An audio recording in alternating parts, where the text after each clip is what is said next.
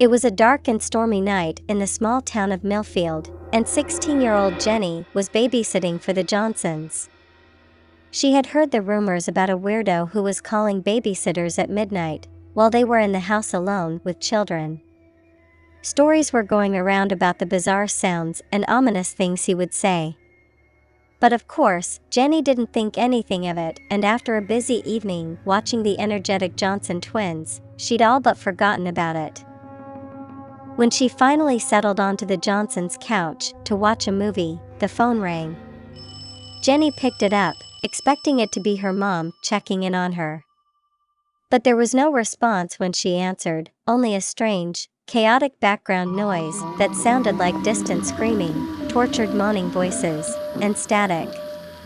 After a few seconds of silence, a voice spoke, and it sent chills down Jenny's spine. "I can hear the earth shifting beneath my feet. It's getting restless," the voice said.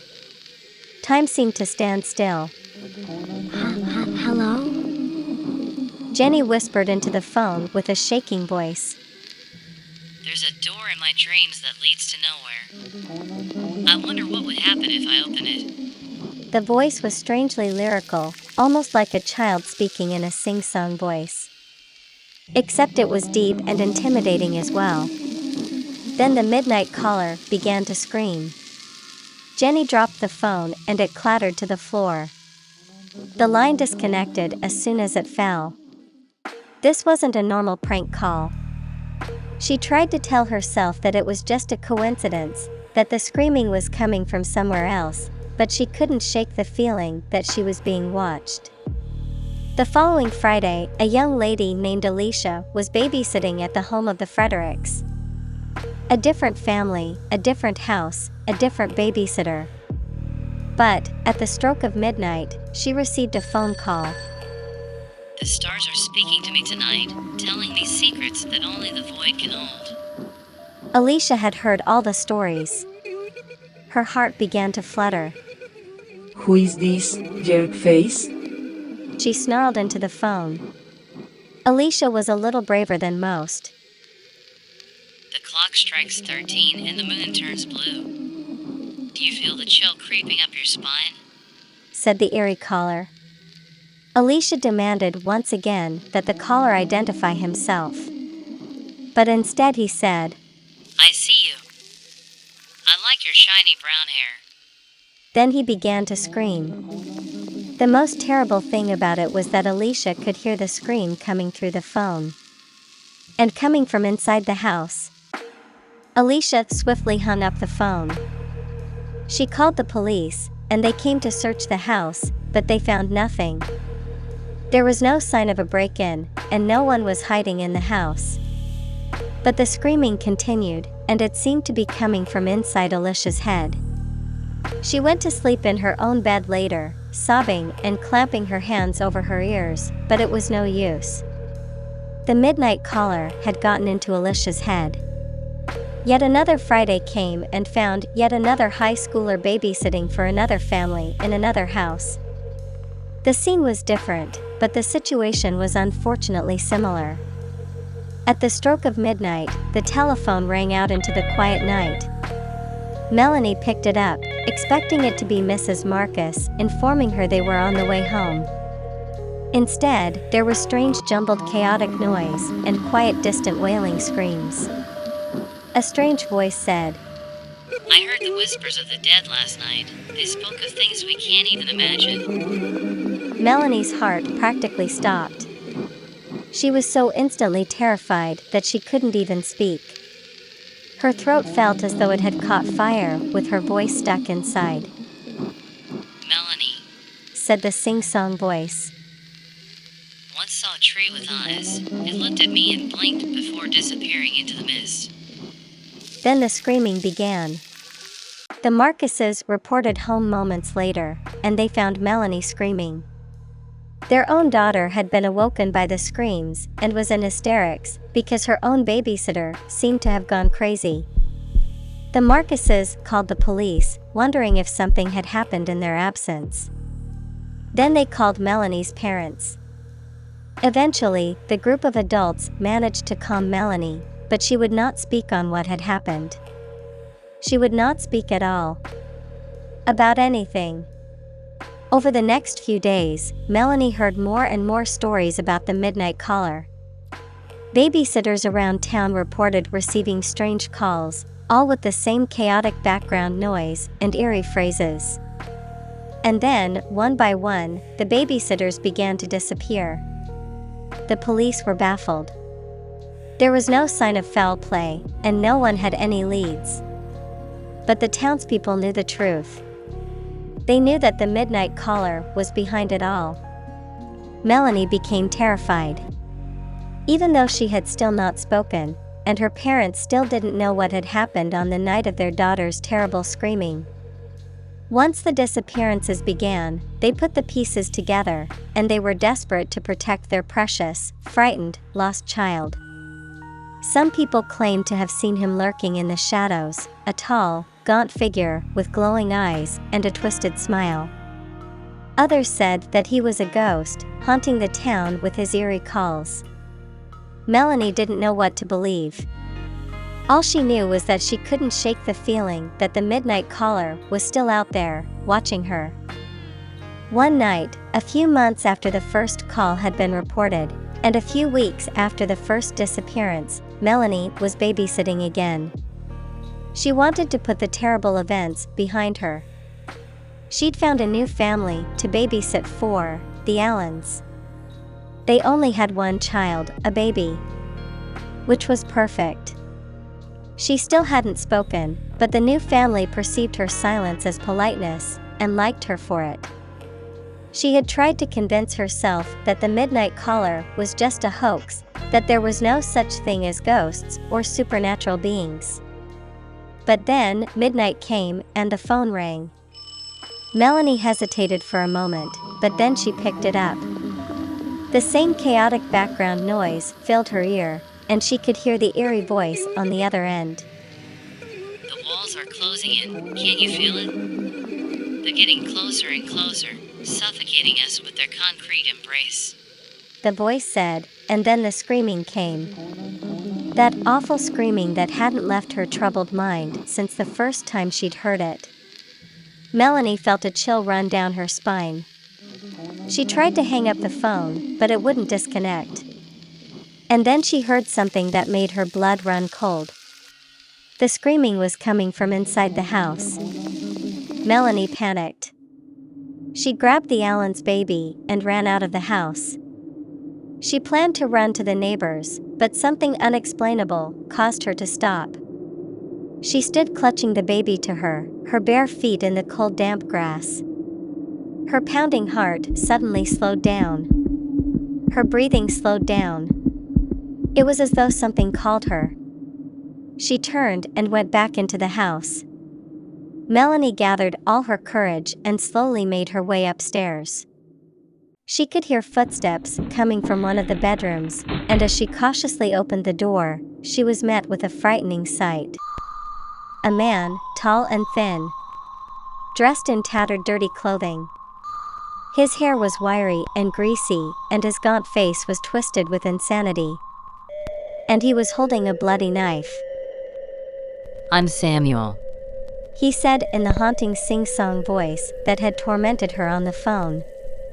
He turned to face Melanie, his eyes wild with madness. You shouldn't have come back, he whispered, lunging towards her with the knife. Melanie screamed and ran towards the door, but Samuel was too fast. He caught up with her and plunged the knife into her back. She fell to the ground, gasping for breath as Samuel stood over her, grinning maniacally. You were always meant to be my final act, he said, his voice cold and detached. the perfect ending to my masterpiece. And with that, Samuel disappeared into the night, along with his two captors, cold, silent, and dead. Later, when the Allens came home, they found the front door ajar. They found their baby, and their babysitter were gone. Nothing was left behind except for blood. After the incident, the police launched a full-scale investigation into the midnight caller, determined to bring him to justice. Once they could finally trace the calls, they combed through every inch of Samuel's terribly filthy apartment, searching for clues that would lead them to his whereabouts. What they found was a treasure trove of disturbing artifacts, including countless newspaper clippings detailing the deaths of his victims, creepy sketches, and drawings of his twisted creations, and a diary filled with dark and disturbing musings about his obsession with death and the macabre. It soon became clear that Samuel had been driven to madness by a traumatic event from his childhood. He had grown up in an abusive household, where he was often beaten and neglected by his parents. His only escape had been his art, which he had used to channel his pain and anger into something productive. But after a tragic accident claimed the life of his younger sister, Samuel's world had been shattered. It was an accident caused by a careless babysitter who had not properly watched his sister while she was in the bath. So she drowned. He had descended into a spiral of depression and despair, and his art had taken a dark and twisted turn. He had become obsessed with death and the afterlife, and had started to create terrifying creatures that he believed would help him achieve his ultimate goal, to transcend his mortal existence and become a god. The police were never able to track down Samuel, and he remained a mystery to the end. But the legend of the Midnight Caller lived on, haunting the town and serving as a cautionary tale for generations to come. In the dead of night, when the world is still, and the moon casts shadows long and chill, beware the caller on the line, whose words are twisted and voice divine. Samuel is his name, a man of art, whose mind is warped and soul is dark. He whispers secrets in your ear, and fills your heart with dread and fear. The call comes from within your home, and echoes through your halls and dome. His laughter rings within your ear, a sound that chills and fills with fear. He speaks of death and twisted things, of monsters lurking in the wings. His words are poison, his thoughts are foul, a madness that he can't control. Beware the midnight caller's spell, for in his web you'll surely dwell. His voice will haunt you through the night, a terror that will never take flight.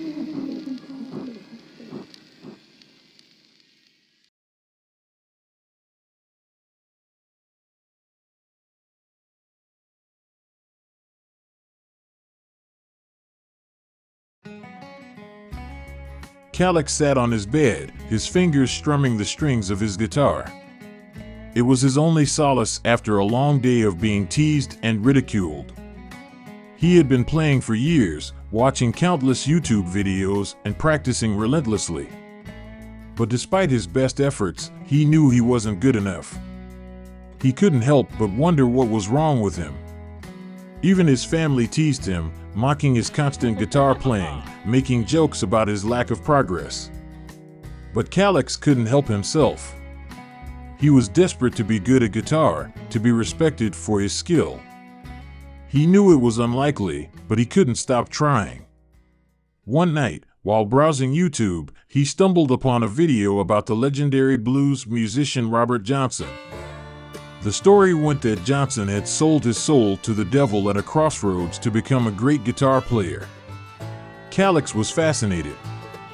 He had heard the story before, but he had never really thought much about it. He began listening to Johnson's music religiously. He studied his guitar playing, trying to pick up any tips or tricks that he could. But he knew that he could never be as good as Johnson, not without making a deal with the devil. Despite his initial skepticism, Calix became obsessed with the idea of making a deal with the devil. He spent hours researching the details of Johnson's story, reading old books and articles. He learned about the history and culture of the region, the strange and supernatural occurrences that were said to happen there. Finally, he made his decision. He was going to try to summon the devil at a crossroads and make a deal. He didn't care about the consequences, he was desperate for success. On a hot summer night, Calix set out to find a crossroads. He had heard that they were scattered throughout the deep south, but he didn't know where to start. He wandered aimlessly through the countryside, the humid air clinging to his skin. The moon was full and bright, casting eerie shadows across the landscape. After several hours of walking, Calix finally stumbled upon a crossroads. Calix walked up to the crossroads, the dirt road leading him to a place that felt both familiar and strange. The moon cast an eerie glow over the scene, bathing everything in a pale, ghostly light. The tall trees that lined the road rustled in the warm summer breeze, their leaves whispering secrets to each other.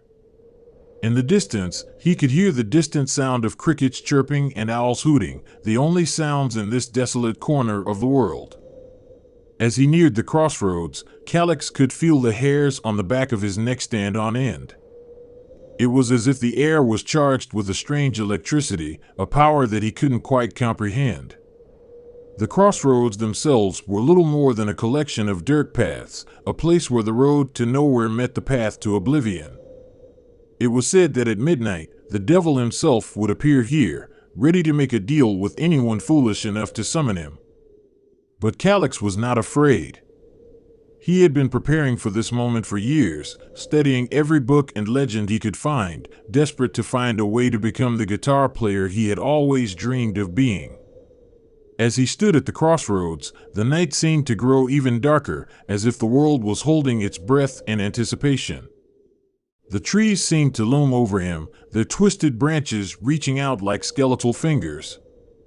But despite the eerie atmosphere, Calix felt a strange sense of peace wash over him. This was where he was meant to be, he realized. This was his destiny. And with that thought in mind, he summoned the devil. But nothing happened. Calix waited for what felt like hours, but no one came. He was about to give up and go home when he heard a rustling in the bushes. Calix stood at the crossroads, his guitar slung over his shoulder, and a sense of foreboding growing inside him. As the midnight hour approached, the air grew thick with humidity, and the heat seemed to bear down on him with an oppressive weight. Suddenly, a figure emerged from the shadows, and Calix's heart leaped into his throat. It was the devil himself, standing before him in a long black coat, his eyes glowing red in the dim light of the moon. Calix was sure of it. The devil's voice was smooth and oily, like honey poured over a razor blade. It was a voice that seemed to seep into Calix's very bones, filling him with a sense of dread and unease. "You called Calix," the devil said, his voice dripping with malice. "and I have come." As he spoke, the devil's form seemed to shift and writhe, like a serpent in the darkness. His face was twisted in a sinister grin, his eyes blazing with an otherworldly fire. Calix tried to speak, but his throat was dry and constricted. He could feel the sweat pouring down his face, the guitar strap digging into his shoulder. The devil approached him, and Calix could feel the heat radiating off his body. He could smell the acrid scent of brimstone and sulfur, and the sickly sweet smell of decay. The devil's hand shot out and gripped Calix's wrist, and he could feel the burning touch of his skin. It was like holding a live wire, and Calix felt a surge of pain shoot through his arm. "Are you the devil?" Calix asked, his voice trembling. The man didn't answer. Instead, he pulled out a guitar and began to play. The notes were slow and mournful, full of pain and longing. Calix couldn't help but be entranced by the music. As the devil man played, he began to speak. "What is it that you seek, boy?" Calix didn't hesitate. "I want to be a great guitar player. I want to be as good as Robert Johnson." The man smiled, and his eyes gleamed in the darkness. "And what are you willing to give me in return?" Calix didn't know what to say. He hadn't thought that far ahead. "Anything. He said finally. Anything you want." The man nodded. He continued to play his guitar, the haunting notes echoing through the night. Calix watched, transfixed, as the man's fingers moved effortlessly over the strings. Very well. I will make you a deal. I will give you the talent you desire, but in return, you must give me your soul. Calix felt a shiver run down his spine. He had known this was a possibility, but he hadn't truly believed it would happen. I don't know. He stammered. I don't know if I'm ready to give up my soul. The man chuckled. You have come all this way, boy. You have sought me out, just as Robert Johnson did. Do you really think you can turn back now? Calix hesitated. He knew that the man was right. He had come too far to back down now. He took a deep breath and nodded. Okay, He said, his voice barely above a whisper. okay, I'll do it. The man smiled, and Calix felt a sense of dread wash over him. The man's face was still shrouded in shadow, but he could see the glint of his eyes in the moonlight. Very well. The man said. Give me your guitar. Calix handed over his beloved instrument, feeling a pang of regret. He had worked so hard to become even mediocre, and now he was giving it all up. The man began to play Calix's guitar, and as he did, he started to sing. His voice was deep and mournful, full of pain and suffering. Calix felt a sense of awe wash over him. This was like nothing he had ever heard before. As the man played and sang, Calix felt something shift inside of him. He felt a strange energy building, like a current of electricity running through his body. It was almost painful, but he didn't dare move. Finally, the man stopped playing. He handed Calix back his guitar, and Calix felt a sense of anticipation. He knew that something had changed, that he had been given the talent he had always desired. He strummed his guitar, and to his amazement, he felt the notes flow effortlessly from his fingers. He played a few chords, and they were perfect. He couldn't believe it. He looked up at the man, who was still standing in the shadows. Thank you. He said, his voice filled with wonder. Thank you so much. The man nodded. You're welcome. He said, But remember, you have given me your soul. You will be mine when you die. Calix felt a pang of fear, but he pushed it aside. He had what he wanted, and he was willing to pay the price. He played his guitar all the way home, unable to believe how much he had improved. He was playing like a pro, like nothing he had ever heard before. When he got home, he couldn't wait to show his family. He ran into the living room, where his parents were watching TV. Listen to this. He exclaimed, strumming his guitar. His parents looked up, and for a moment, they were stunned into silence. Then his mother burst out laughing. What's so funny? Calix asked, feeling a sinking feeling in his chest. You're still terrible. His mother said, wiping tears of laughter from her eyes. I don't know what you're so excited about. Calix felt his heart sink. He had been so sure it would work. Calix's family continued to mock him, even after he played for them again, showing off his newfound talent. His siblings teased him mercilessly, and his parents just shook their heads and laughed. Calix was hurt by their lack of support, but he tried to ignore it. He was determined to become the best guitar player he could be, and he knew that he had the talent to do it now. He started playing in public, performing at small venues around town. He quickly gained a following, and people started to take notice of him. He was invited to play at bigger and bigger events, and soon he was touring the country, playing to packed crowds every night. But even as his career soared, Calix felt a sense of unease. He couldn't shake the feeling that something was off, that he had made a terrible mistake by selling his soul to the devil. He tried to push the feeling aside, but it only grew stronger. He started having nightmares, vivid and terrifying dreams that left him shaking and covered in sweat. In his dreams, he saw the man he had made the deal with, his face twisted into a grotesque mask. He heard the man's voice, deep and menacing, promising to claim his soul. Calix tried to ignore the dreams, but they continued to haunt him. He started to feel like he was being watched, like someone was following him everywhere he went. One night, after a particularly bad nightmare, he decided to go for a walk. It was late, and the streets were empty. The moon was full, casting an eerie glow over everything. As he walked, he felt the sense of being watched growing stronger. He turned around, but there was no one there. He quickened his pace, but the feeling only grew stronger. Finally, he reached a crossroads. It was the same crossroads where he had made the deal with the devil.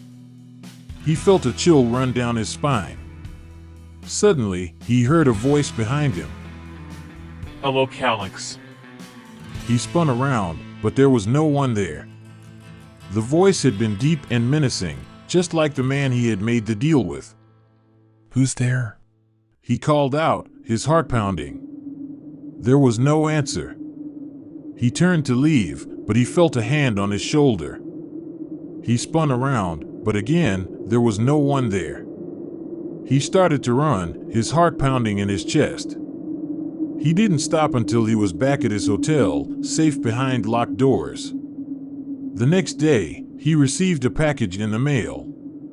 It was a single black rose, with a note attached that read simply, I'm coming for you, Calix. He tried to shrug it off, but he couldn't shake the feeling that something terrible was about to happen. At his next concert, something strange happened. He was playing his guitar, lost in the music, when he suddenly felt a sharp pain in his fingers. He looked down and saw that his fingers had started to bleed, as if the strings had cut into his flesh. He tried to keep playing, but the pain was too much. He stumbled off stage, feeling weak and dizzy. He was rushed to the hospital, where he was diagnosed with a rare blood disorder. The doctors told him that he would never be able to play guitar again, that the damage to his fingers was irreversible. Calix was devastated. He knew that he had brought this on himself, that he had made a deal with the devil, and now he was paying the price. He retreated from public life, disappearing from the music scene completely. He moved to a small cabin in the deep south, where he could be alone with his thoughts. He spent his days lost in self-pity, wallowing in regret for the choice he had made. But even in his isolation, he couldn't escape the feeling of being watched. He heard strange noises in the night, whispers in the dark that he couldn't quite make out. One night, he was awakened by a loud banging on his door. He stumbled out of bed and made his way to the front door, his heart pounding in his chest. When he opened the door, he was greeted by a figure in a long black coat, his face hidden in the shadows. Calix. The figure said, his voice deep and menacing. Our deal is not yet complete. You still owe me. Calix tried to slam the door shut, but the figure's foot blocked it. You can't run from me, Calix. The figure said. You made a deal with me, and you will keep your end of the bargain. Calix felt a sense of dread wash over him. He knew that he had made a terrible mistake, that he had sold his soul to the devil for a fleeting moment of fame. But he was determined not to let the devil win. He took a deep breath and faced the figure head-on. I made a mistake, he said. but I'm not going to let you control my life anymore. I'm done with this.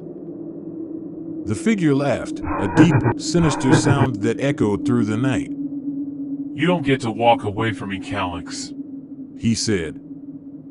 I own you. But Calix refused to back down. He stood his ground, facing the figure with all the courage he could muster. Suddenly, the figure disappeared, leaving Calix alone in the darkness. Calix thought he had won, that he had broken free from the devil's grasp. He felt a sense of relief wash over him, a weight lifted from his shoulders. He decided to start playing guitar again, not for fame or fortune, but for the love of the music. He practiced every day, honing his skills and perfecting his craft. Years went by, and Calix became known as one of the best guitar players in the Deep South. People came from all over to hear him play, and he played with a passion and skill that had never been seen before. But the feeling of being watched never left him, and the whispers in the night continued. One night, while he was playing a show, he saw the figure in the long black coat standing in the back of the room. His heart skipped a beat as he realized that the devil had come to collect his due. Calix tried to keep playing, but his fingers felt heavy and unresponsive. The devil's presence was suffocating, and he could barely breathe. He knew that he had made a mistake, that he had sold his soul to the devil for a fleeting moment of fame. As he played the final note, the figure in the long black coat approached him. Calix, The figure said, his voice deep and menacing. it's time to pay the piper. Calix tried to run, but he couldn't move. He was frozen in place, trapped by the devil's power.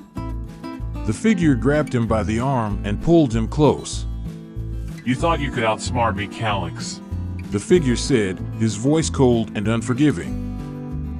but you were wrong. You belong to me now, body and soul. Calix felt a surge of fear wash over him as the figure led him away. He knew that he had made a terrible mistake, that he had sold his soul for a fleeting moment of fame. And now, he was going to pay the price for that mistake for all eternity.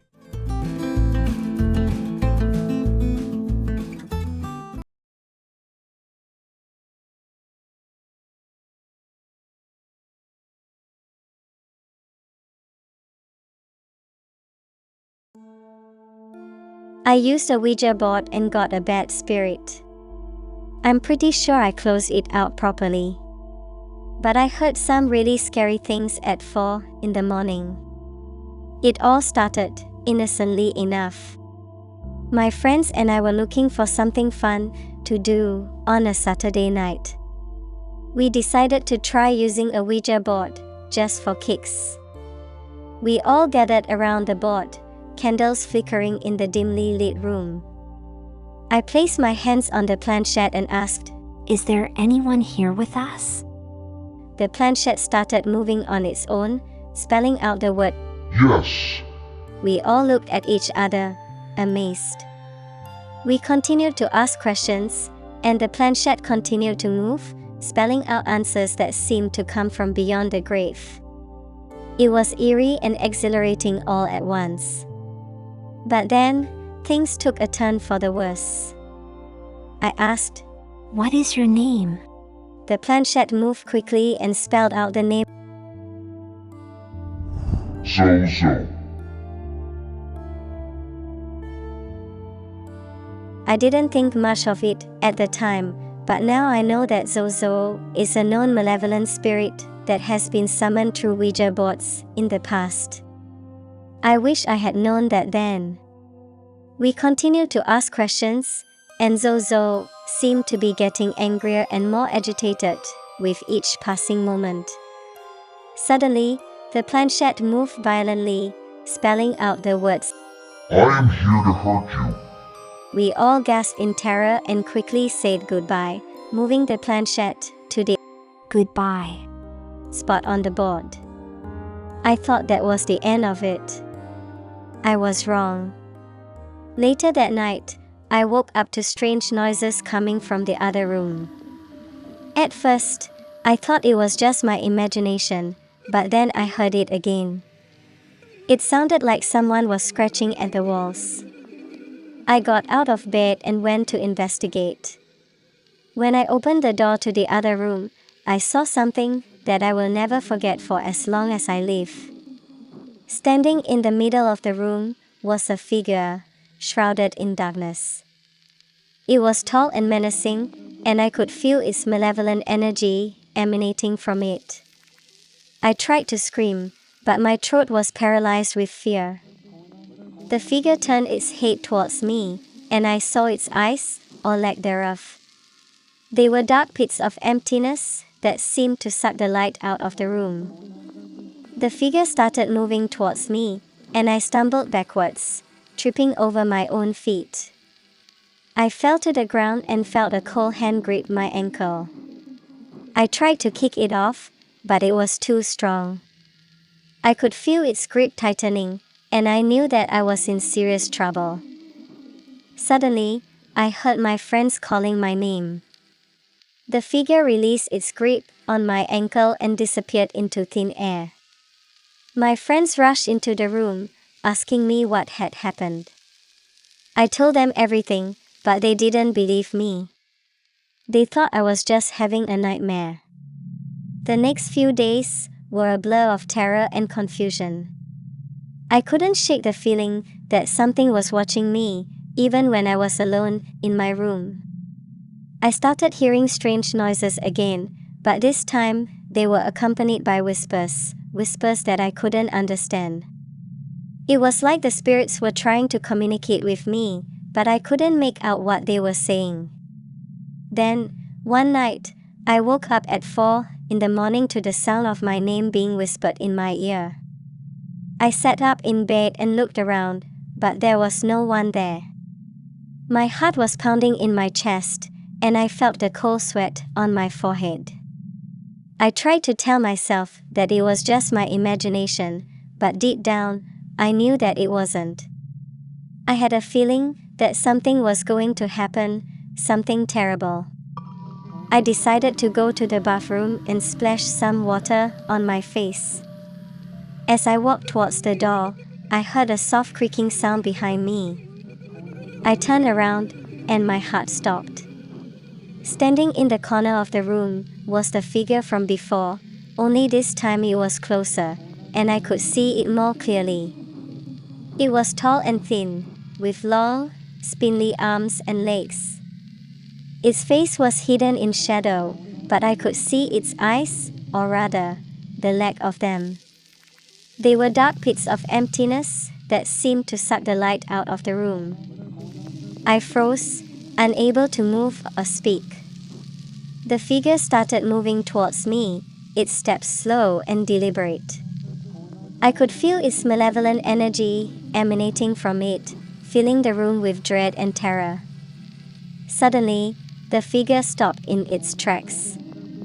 It tilted its head to the side, as if listening to something. Then, it turned around and disappeared into thin air. I stood there, shaking with fear and confusion. I didn't know what was happening, or why it was happening to me. All I knew was that I had to find a way to stop it. The next day, I went to a local psychic and explained my situation. She told me that I had indeed summoned a malevolent spirit through the Ouija board, and that it was now attached to me. She gave me some advice on how to protect myself, such as carrying protective crystals and burning sage in my room. She also told me to be careful, as the spirit was likely to become more aggressive as time went on. I followed her advice and tried to protect myself as best I could. But it wasn't enough. The spirit continued to torment me, appearing at random times and whispering in my ear. I could feel its presence everywhere I went, like a dark cloud hanging over me. One night, I was lying in bed, trying to sleep. I had burned sage earlier, hoping to ward off the spirit. But it didn't work. Suddenly, I heard a loud banging sound, like someone was trying to break down the door. I sat up in bed, my heart racing. The banging continued, getting louder and more frantic. Then, I heard a voice that I recognized all too well. I am here to hurt you. The voice said, cold and malevolent. I tried to scream, but my throat was paralyzed with fear. I could feel the spirit getting closer and closer, its malevolent energy filling the room. Suddenly, the banging stopped, and everything was quiet. I sat there, shaking and trembling, waiting for something to happen. But nothing did. The next day, I decided that enough was enough. I couldn't live like this anymore. I needed to find a way to get rid of the spirit once and for all. I did some research and found out about a ritual that was supposed to banish malevolent spirits. It involved burning sage and saying a prayer while holding a piece of protective crystal. It sounded simple enough, but I knew that it would be anything but. That night, I gathered all of my supplies and prepared to perform the ritual. I lit the sage and held the crystal tightly in my hand.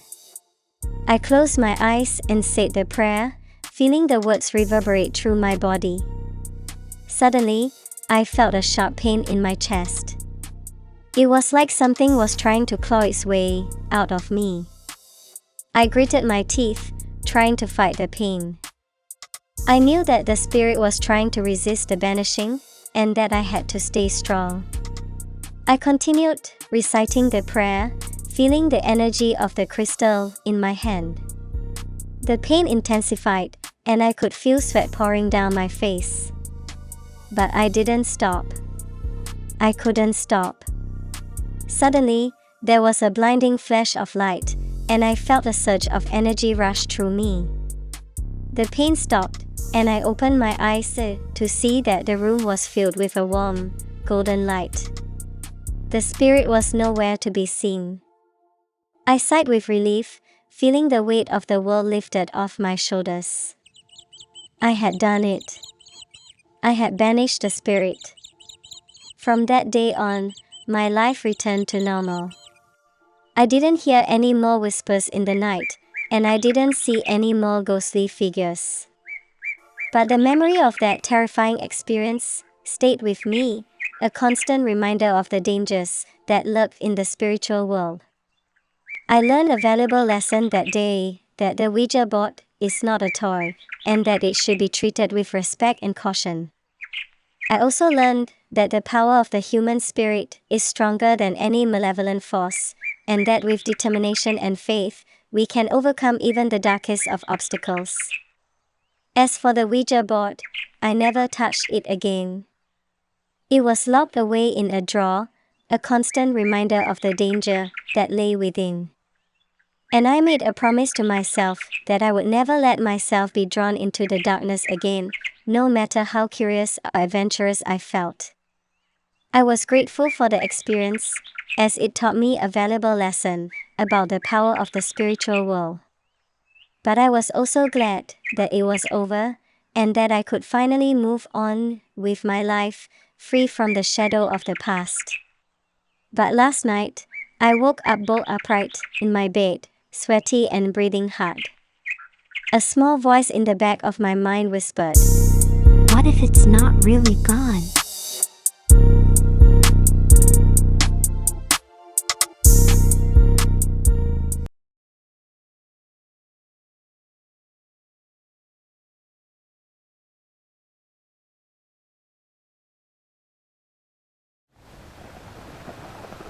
Lunette had always loved the ocean.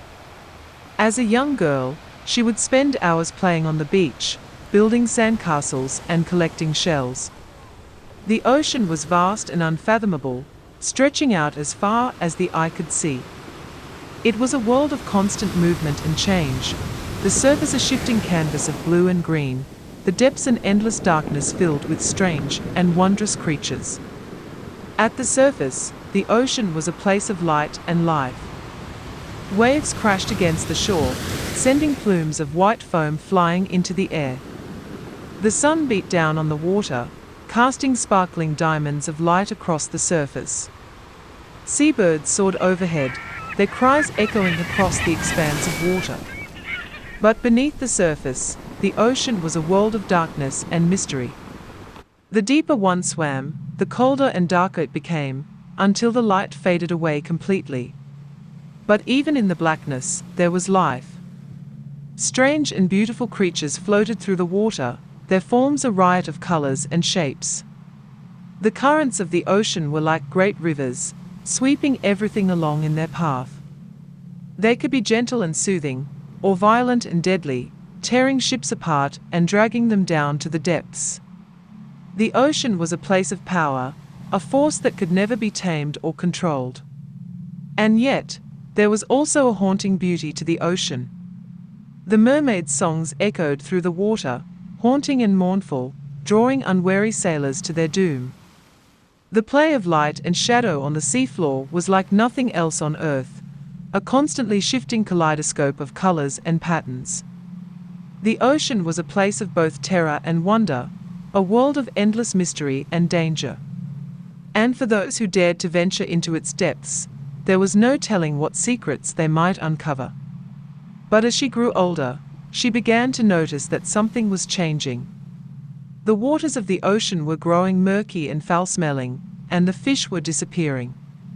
It wasn't long before the sickness in the sea began spreading throughout the village. Lunette's own parents fell ill, their skin turning scaly and their eyes growing glassy. As the sickness took hold, Lunette's parents and the other villagers began to change in terrifying ways. Their skin grew paler, and their eyes took on a feverish gleam.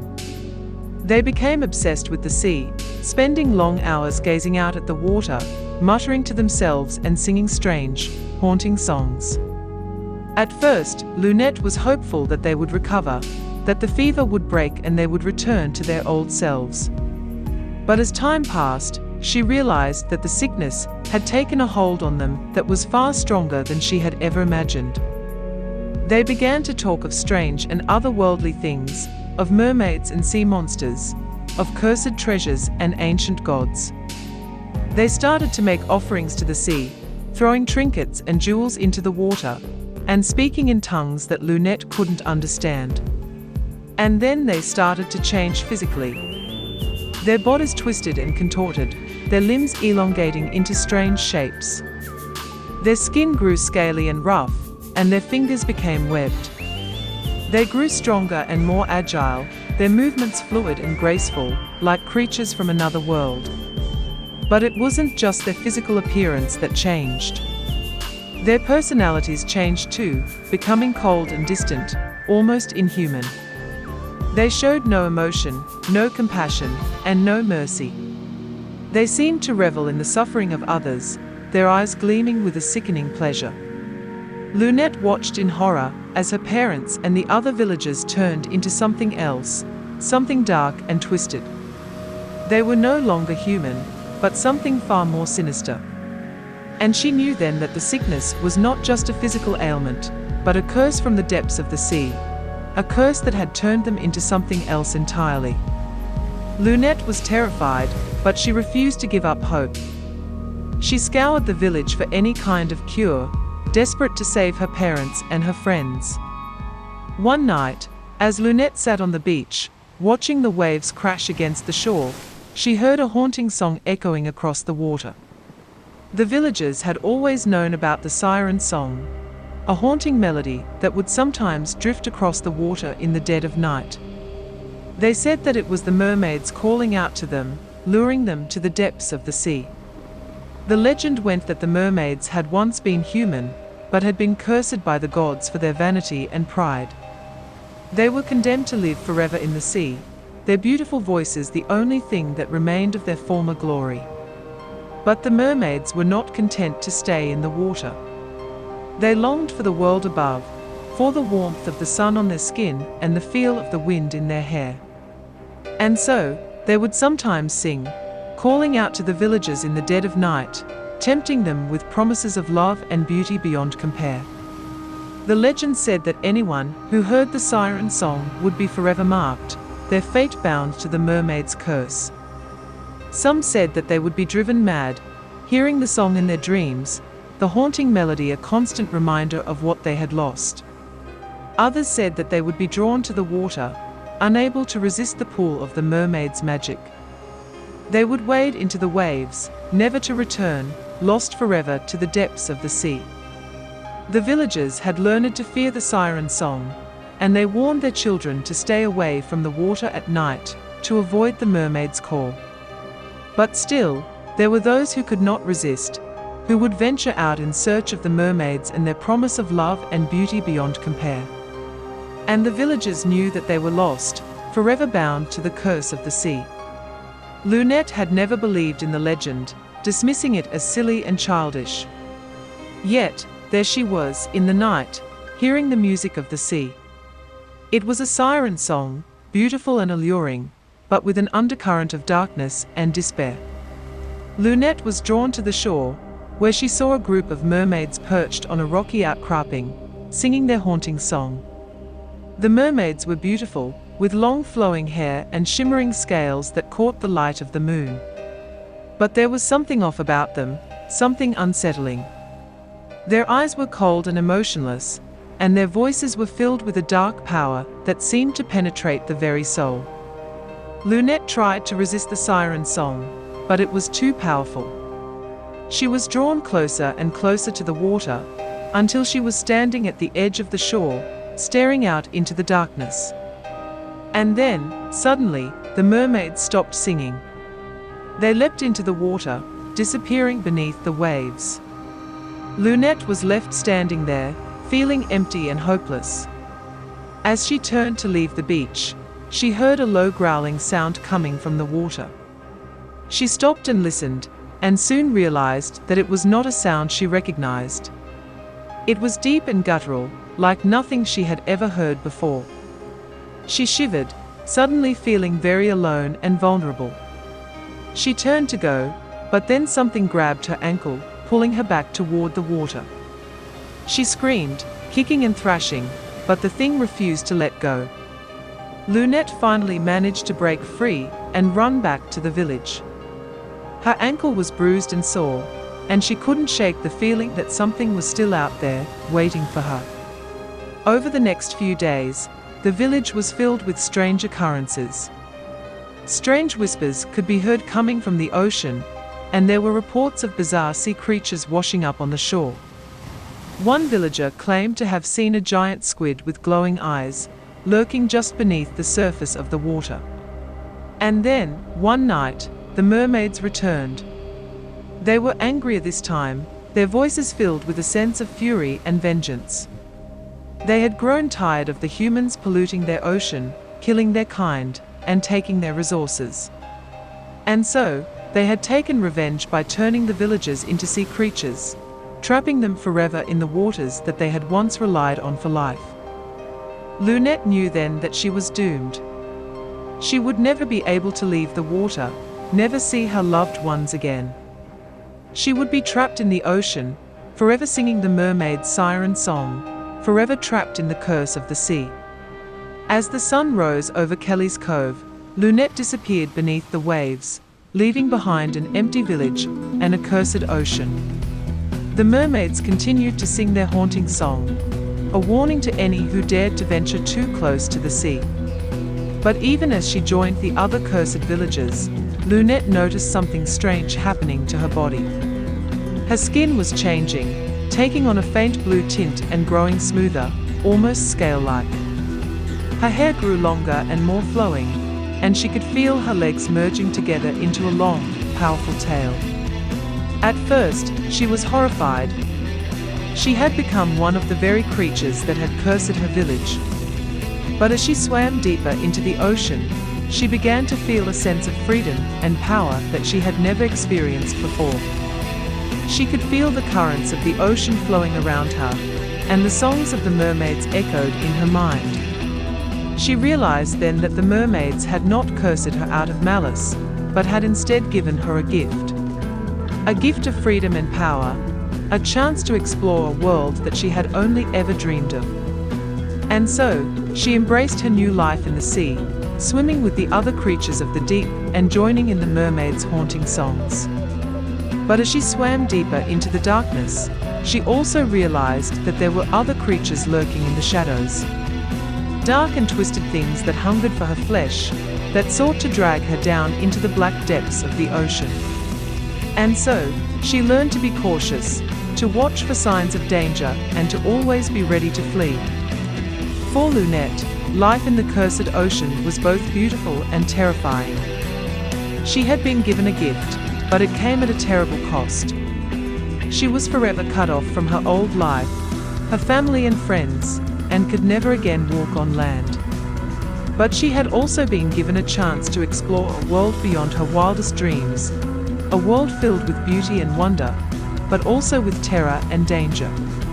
And so she swam on, into the endless darkness of the cursed ocean, singing the mermaid's haunting songs and facing whatever horrors lay ahead.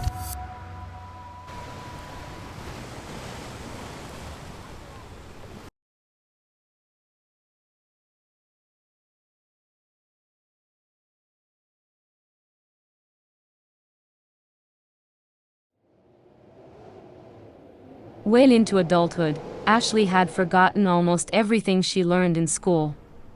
She supposed things became ingrained within her instead of overtly recalled. But she remembered one and only one thing.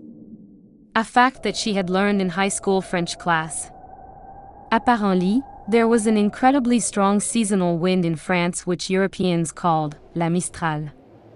This wind was so strong, so loud, and so long, that it was reported that suicide rates would skyrocket during La Mistral season because it would actually drive people crazy. It had the power to send completely mentally well people over the edge. At the time, Ashley had found the fact so interesting. Where she was born and raised, Ohio, USA, it wasn't really all that windy.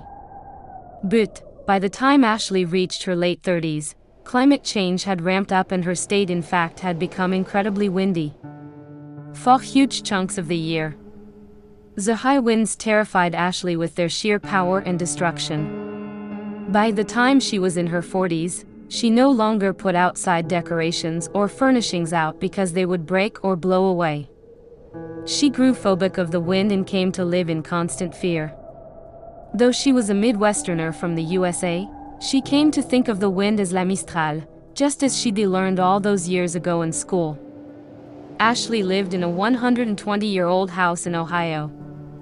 It was a beautiful house, but it had a dark history, and when Ashley first moved in, she would always feel a sense of unease whenever she was home. She learned from neighbors that numerous people had passed away in the house, but one particularly memorable individual was Roman. Roman by all accounts had been a kind person, a devoted father, and an all-around great person. He had died in the house of a brain aneurysm.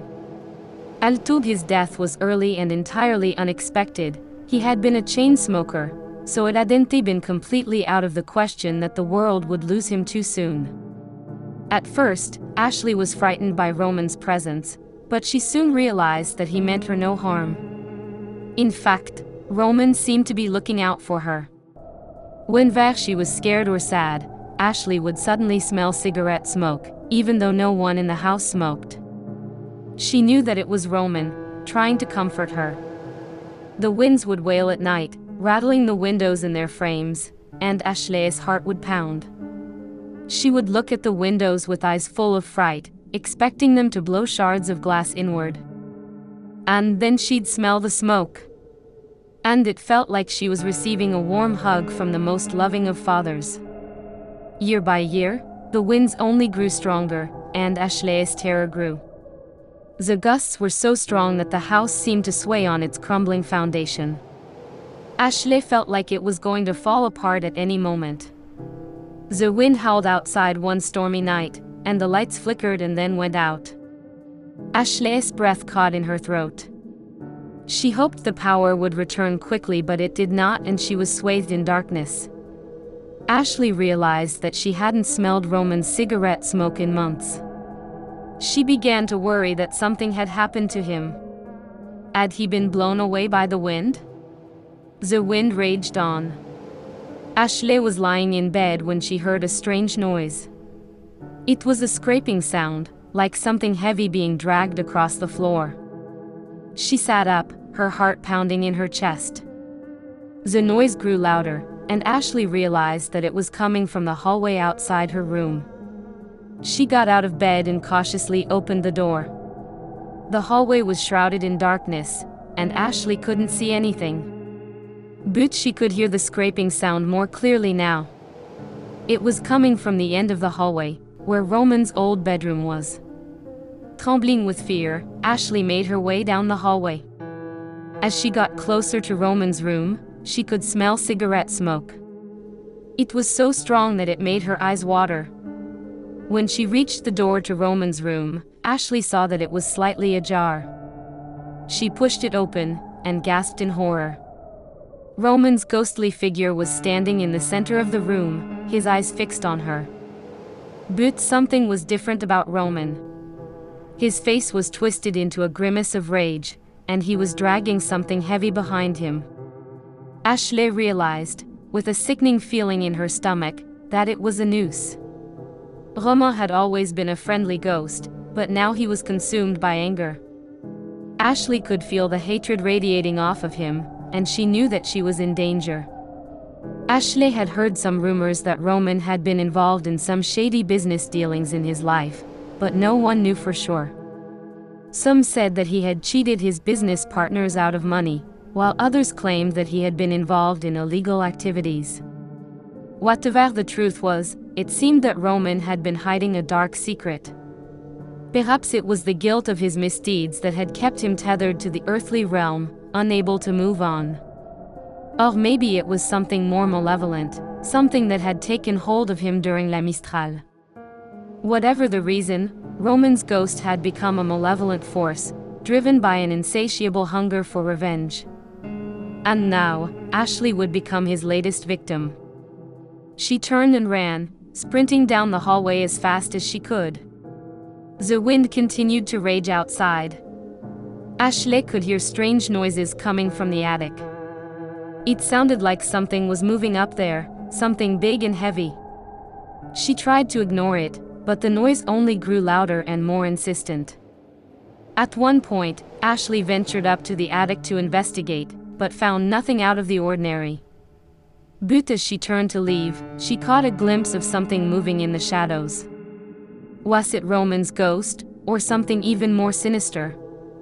Meanwhile, the wind had knocked out the power, leaving Ashley in complete darkness.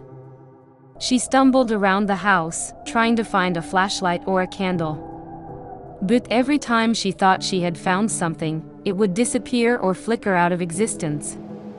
As the night wore on, Ashley became increasingly paranoid. She could hear whispers and laughter coming from the shadows, and she felt like something was watching her from every corner of the house. At another point, she found herself in the basement, where she discovered an old journal hidden among some boxes. The journal belonged to Roman, and as she read through it, she realized that he had been involved in some truly heinous acts. The more she read, the more she began to understand why Roman's ghost was so vengeful. Ashley tried to leave the basement, but she found that the door was stuck. She pushed and pulled, but it wouldn't budge. And then she heard the sound of something scratching against the other side of the door, something that sounded like nails on a chalkboard. The scratching grew louder. Ashley realized that she was trapped. She was alone in the dark, with no way out and something sinister lurking in the shadows. The winds of La Mistral continued to rage outside. She knew that her time was running out. At long last, the door burst open, as though the vicious wind outside had somehow gotten in. Ashley clambered up the rickety basement steps. The wind howled in her ears, drowning out the sound of her own footsteps. When she finally reached her bedroom, she slammed the door shut and locked it. But she knew that she wasn't safe. The wind was still raging outside, and Roman's ghost was somewhere in the house. She could feel his anger like a physical presence. Ashley huddled in her bed, her heart pounding in her chest. She prayed that Roman would leave her alone, but she knew that he wouldn't. The winds of La Mistral had driven him over the edge, and he was now a vengeful spirit, seeking revenge on anyone who crossed his path. Ashley lay in her bed, shivering with fear as the wind howled outside. She couldn't shake the feeling that Roman's vengeful spirit was still in the house, lurking in the shadows and waiting for her. The hours ticked by. Ashley tried to stay awake, but exhaustion finally caught up with her, and she fell into a fitful sleep. But even in her dreams, she couldn't escape the feeling of Roman's ghostly presence. In the middle of the night, Ashley was jolted awake by a loud noise. It sounded like something heavy being dropped on the floor. She sat up in bed, her heart pounding in her chest. For a moment, Ashley hesitated. Should she investigate the noise, or stay hidden in her room. But she knew that she couldn't stay there forever. If Roman's ghost was still in the house, she needed to face him head-on. Slowly, Ashley got out of bed and tiptoed down the hallway.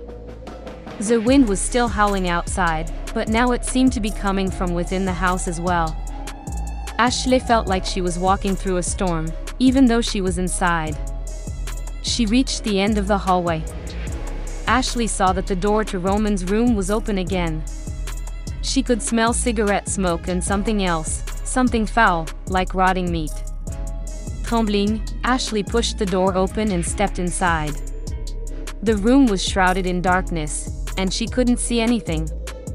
But she could feel something brushing against her ankles, something cold and slimy. Ashley let out a scream and stumbled backwards. As she fell, she felt something wrap around her neck, tightening like a noose. She clawed at it, trying to break free, but it was too strong. The darkness closed in around her, and Ashley realized that Roman's ghost had finally claimed her as his own. Her last fleeting thoughts as she lay dying were of the other mysterious deaths that had transpired in the house, and now she knew the truth. A truth she would never get to tell. The winds of La Mistral had driven him over the edge, and now he was taking his revenge on anyone who dared to enter his domain. As Ashley took her final breath, she knew that she had become just another victim of the wind, and the vengeful spirit that it had unleashed. Days later, a search party led by Ashley's concerned friends and family finally braved the storm to reach her isolated house.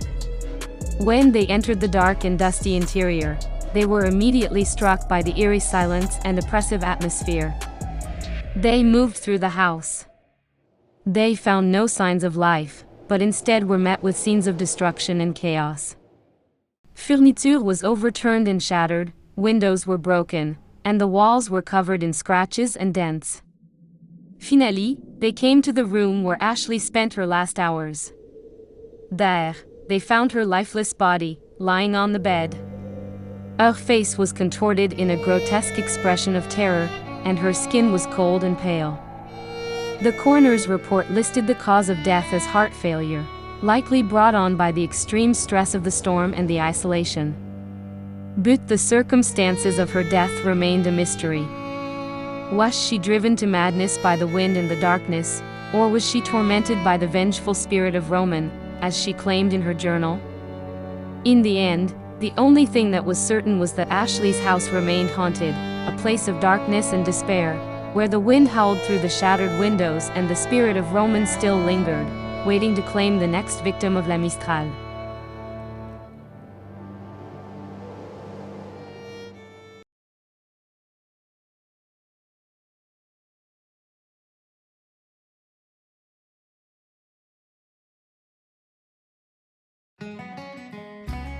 The year was 1875, and the small town of Deadwood, South Dakota was a bustling hub of gold mining activity. The local saloons and brothels were always full of rowdy miners, and the sound of gunfire could be heard throughout the night. One day, a group of miners stumbled upon an old mine that had been abandoned for years.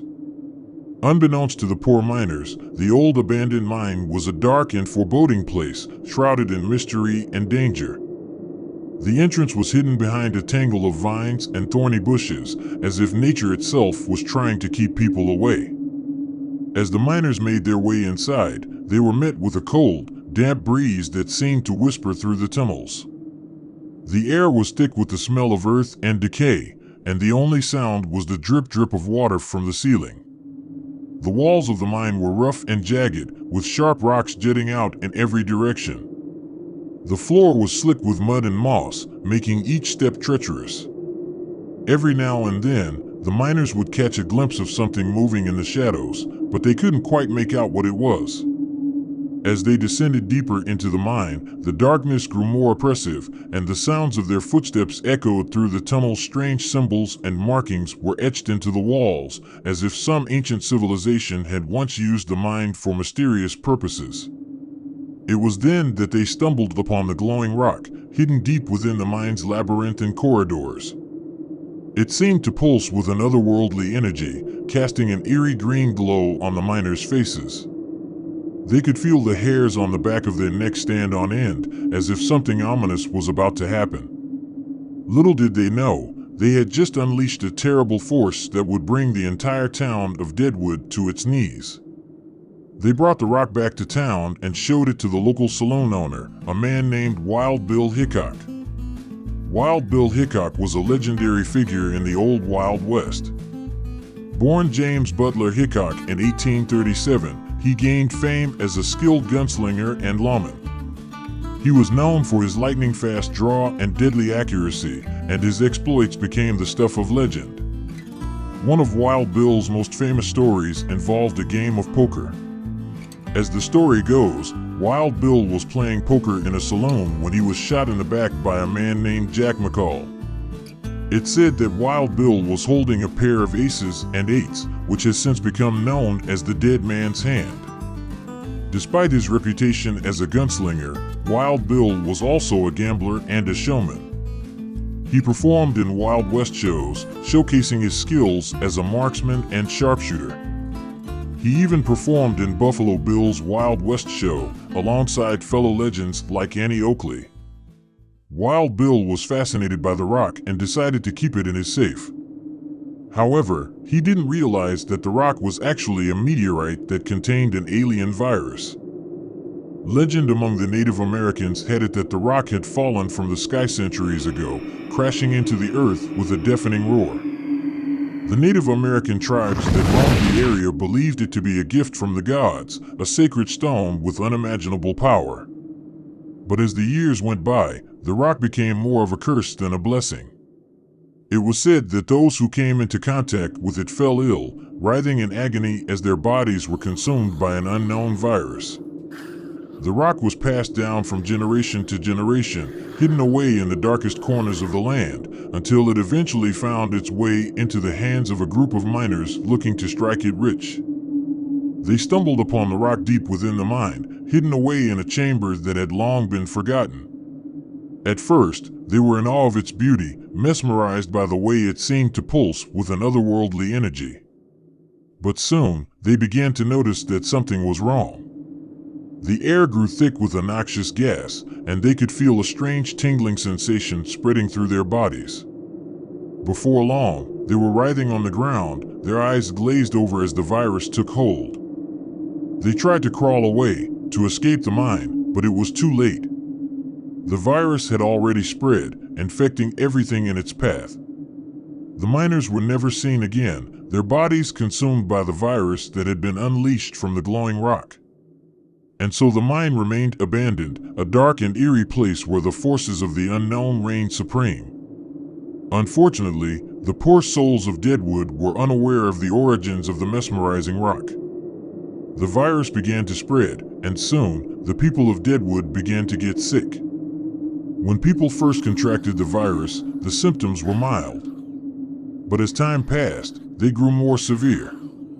People began to turn into zombies, and the town was quickly overrun. The famous gunslinger, Wyatt Earp, arrived in Deadwood to help fight the outbreak, but it was too late.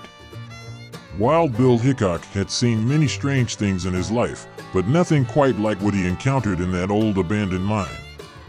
The glowing rock that the miners had unearthed had unleashed a terrible force, one that had infected the people of Deadwood and turned them into zombies.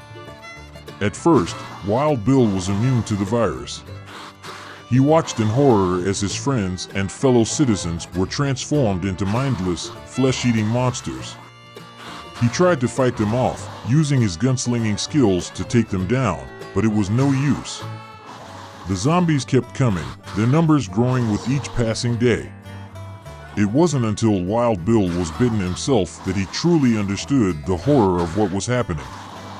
He could feel the virus coursing through his veins, transforming him into something he had never imagined. His skin grew pale and clammy, and his eyes turned a sickly shade of green. He felt a hunger deep in his gut, a hunger for human flesh that he couldn't resist. Wild Bill tried to fight the urge to feed, but it was no use. His mind had been consumed by the virus, and he was now a zombie, like the others that roamed the streets of Deadwood. As he stumbled through the abandoned streets, Wild Bill could feel his body decaying. His muscles grew weak and his limbs began to rot. But still, he hungered for flesh, and he knew that he would stop at nothing to satisfy that hunger. And so he wandered the Wild West, a cursed and undead gunslinger, a legend transformed into a monster. His eyes burned with a sickly green fire, and his twisted lips curled into a grotesque smile as he searched for his next victim. While poor old Wild Bill roamed the streets of Deadwood, gunning down anyone who crossed his path, Wyatt Earp, along with a group of survivors, decided to make a stand in the local saloon. They fortified the building and prepared to fight off the zombie hordes. The battle was intense, and many lives were lost, including Wyatt Earp's own brother, Morgan. Unfortunately, their fortification efforts simply weren't enough. Not when zombies were not the only worry. Wyatt Earp was always known for his quick reflexes and sharp shooting skills. But even he was no match for the horrors that lurked in the Wild West. One day, while he was out hunting for food, he stumbled upon an abandoned cabin in the woods. It looked like it had been untouched for years, but there was something about it that drew him in. He cautiously made his way inside, his hand resting on the handle of his gun. The cabin was dark and musty, with cobwebs draped across the corners of the room. The floorboards creaked beneath his feet as he made his way deeper into the building. Suddenly, he heard a noise coming from one of the rooms at the back of the cabin. He drew his gun and cautiously approached the door. With a deep breath, he kicked the door open, ready to face whatever was inside. But what he saw made his blood run cold. The room was filled with the stench of decay, and the walls were covered in a sickly green slime. In the center of the room was a strange object, pulsing with an otherworldly light. Without warning, the object exploded, engulfing Wyatt Earp in a blinding flash of light. When the light subsided, Wyatt Earp was gone. In his place stood a grotesque creature, half man and half monster. Its eyes glowed with an otherworldly light, and its skin was slick with slime. From that day forward, the creature that was once Wyatt Earp roamed the Wild West, a haunting reminder of the horrors that lurked just beneath the surface. In the end, the only survivor was a young woman named Calamity Jane. As the sun began to dip below the horizon, casting long shadows across the desolate landscape, Calamity Jane mounted her horse and rode off into the distance. Her silhouette was striking against the golden glow of the fading light, a lone figure against the vast expanse of the Wild West. She rode with purpose, her hair whipping behind her in the wind as she galloped through the dusty terrain. The sound of her horse's hooves echoed through the silent landscape, a lonely rhythm that seemed to fill the emptiness of the plains. The sky was painted with a myriad of colors, from deep purples to bright oranges, and the clouds were tinged with hues of pink and red. It was a beautiful sight, but there was something eerie about it, as if the colors were a harbinger of things to come. Calamity could feel the weight of the world on her shoulders. The virus had ravaged her town, turning her friends and neighbors into monsters, and she had been forced to leave everything she had ever known behind. But still, she was a survivor in a world gone mad. The wind howled around her, and the trees rustled in the distance, as if whispering secrets to one another. The sound of her horse's hooves grew fainter, and the sun sank lower in the sky, until finally, it disappeared altogether, leaving only the darkness of the night behind. Calamity Jane rode on, into the unknown, into a future that was uncertain and fraught with danger. But she was brave and strong, and she would not give up until she had found a way to stop the virus and save the world from the horror that had consumed it. She fled Deadwood and never spoke of the horrors she had witnessed. To this day, some say that the ghost of Wild Bill still roams the streets of Deadwood, gunning down anyone who enters his saloon.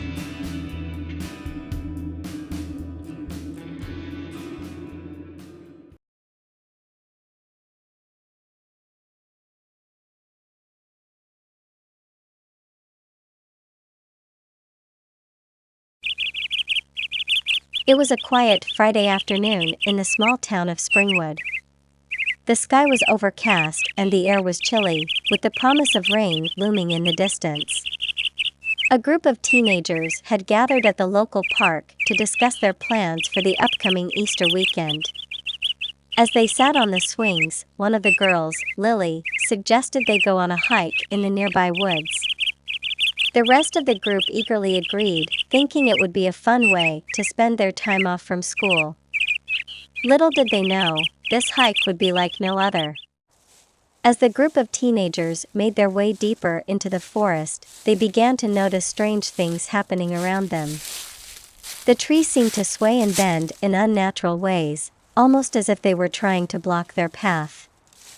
The sounds of the forest were distorted, with bird songs and rustling leaves becoming twisted and distorted. As they walked further, they noticed that the animals of the forest were acting strangely. A group of rabbits ran past them, their eyes glowing an eerie red, and a pack of wolves followed closely behind, their fur bristling and their howls sounding like human screams. The sky grew darker and the air grew colder, despite the fact that it was mid-afternoon. The sun, which had been shining brightly when they first started their hike, had disappeared behind a thick layer of clouds, casting an eerie, gray light over the forest. Suddenly, they came across a clearing filled with strange, Easter-themed decorations. Giant eggs, made of what looked like human hair, were scattered around the clearing. The trees surrounding the clearing had been stripped bare of their leaves, and had been painted white, as though they had been covered in a strange, unnatural snow. As the group stood there, trying to make sense of what they were seeing, they heard a sound like a distant bell tolling. It was a sound that seemed to come from every direction at once, and it chilled them to the bone. As they continued on their hike, the forest seemed to grow even more twisted and surreal. The trees bent and twisted in impossible ways, and the ground seemed to shift and move under their feet. It was as though they had stepped into another world, one where the laws of physics didn't apply. Little did they know, they were being led deeper and deeper into a trap, set by the sinister figure who was watching them from the shadows. As the teenagers pushed on, the forest grew darker and more foreboding. But finally, they saw it, the old, abandoned church that they had been seeking. But as they got closer, they realized that something was very wrong. The church was painted black, its wooden doors looming ominously in front of them. The windows were boarded up, and the only light came from a few flickering candles inside. The air around the church was heavy and thick, like a shroud, and the stench of decay hung in the air. Despite their growing unease, the group made their way towards the doors and pushed them open. Inside, the air was musty and thick with the smell of rot. The walls were covered in strange, macabre Easter decorations, made from human bones and other body parts. A large cross, made of what appeared to be ribs, hung on the wall, and the altar was adorned with a grotesque centerpiece made from human organs. The room was filled with eerie chanting, and the group soon realized that they were not alone. In the dim light, they could make out the figure of a hooded, robed figure, standing before the altar. The figure was holding a large, gleaming knife in its hand, and its chanting grew louder and more frenzied with each passing moment. As the teenagers tried to make a break for it, the hooded figure turned to them, its face hidden in shadow.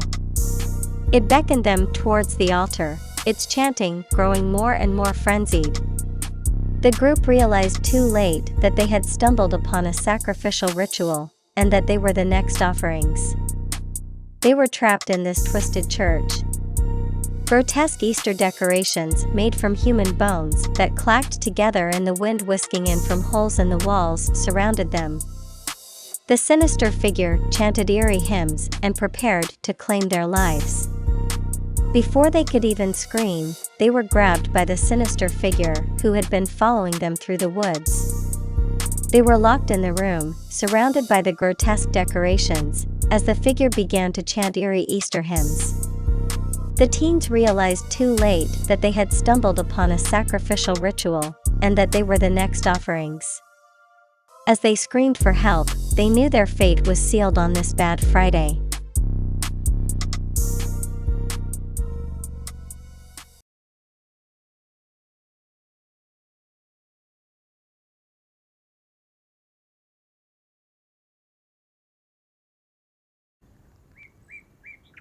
Marin had always loved her grandmother's old house.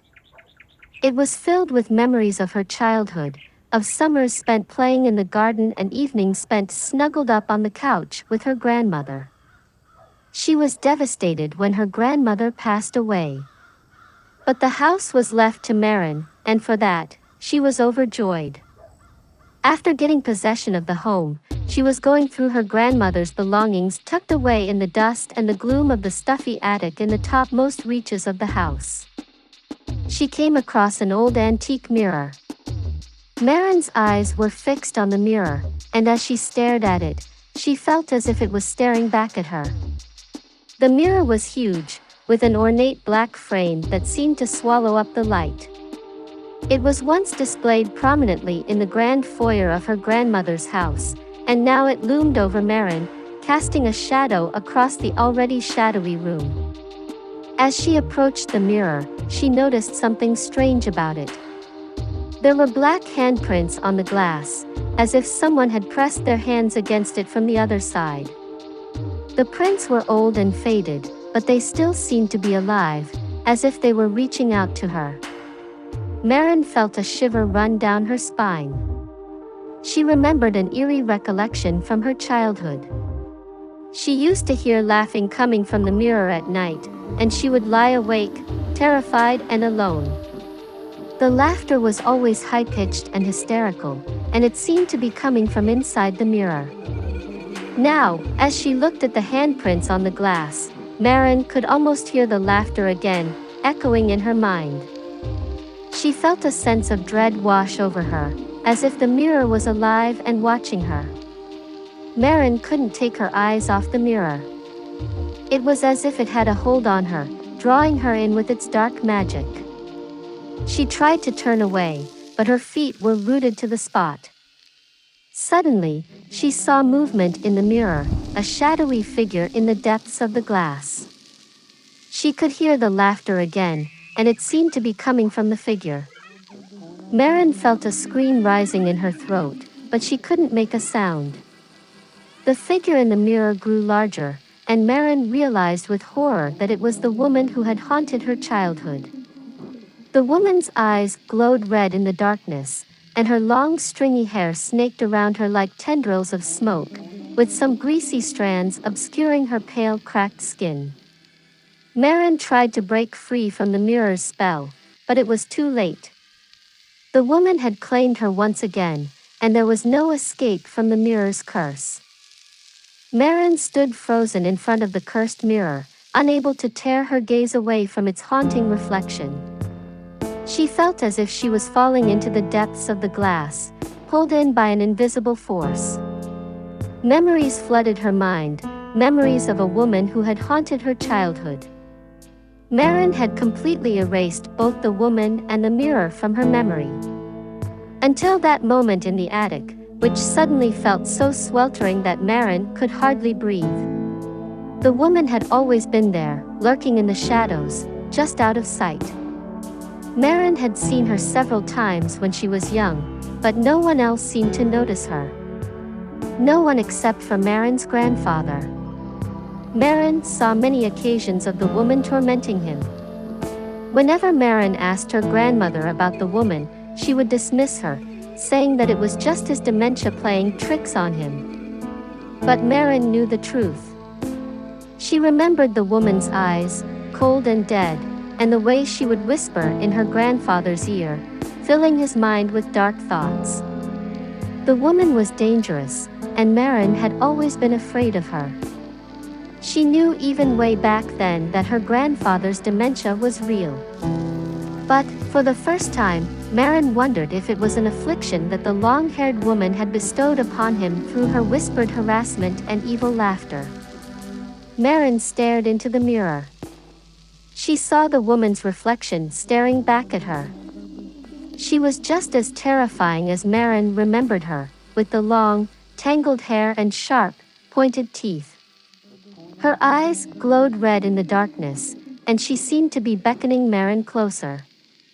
Marin felt a shiver run down her spine as she remembered the way the woman had terrorized her grandfather.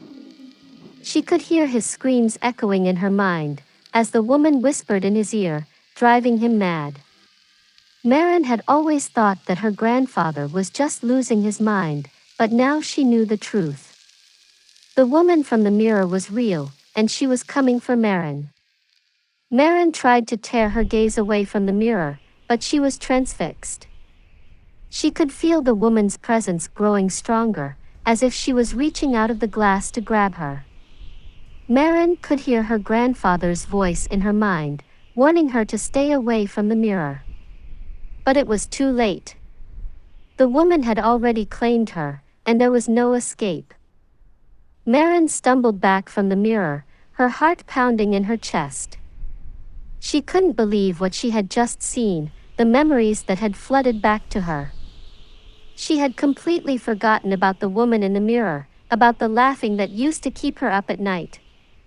It was all so jarring and unsettling, and she felt as if she had been transported back to her childhood, to a time when she was alone and scared.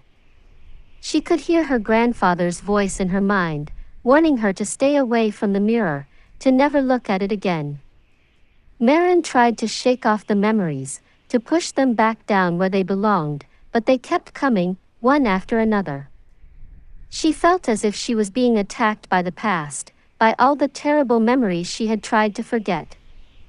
As she stumbled out of the room, she felt the weight of the mirror's curse on her, dragging her down. She knew that she couldn't escape it, that it would follow her wherever she went. Marin tried to tell herself that it was all just her imagination, that the mirror was just a harmless object. But deep down, she knew the truth. The mirror was cursed, and it had claimed her soul. In fact, it had probably claimed her all those years ago. Marin's mind drifted back to the day after her grandfather's funeral, when she had watched as the workmen came to take the mirror away. It had been a huge ordeal, with the men struggling to get the heavy frame out of the grand foyer.